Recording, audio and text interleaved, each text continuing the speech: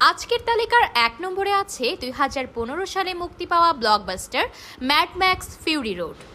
গল্পটা বর্তমান সময়ের নয়, ভবিষ্যতের কোনো এক সময়ের, যখন ভয়ঙ্কর এক নিউক্লিয়ার যুদ্ধের পর পৃথিবী প্রায় জনমানব শূন্য। যারা বেঁচে আছে তাদেরও সার্ভাইভ করার মতো যথেষ্ট খাবার নেই। সবাই বাস করে পাহাড়ের ভেতর এক বিশাল গুহায়, যার শাসক ইমমর্টান জো। সে নিজেকে সেখানকার গড দাবি করে আর বাকিদের দাস বানিয়ে রাখে। সেখানকার সব সুন্দরী নারীরা যেন তার জন্য সন্তান জন্মদানের মেশিন।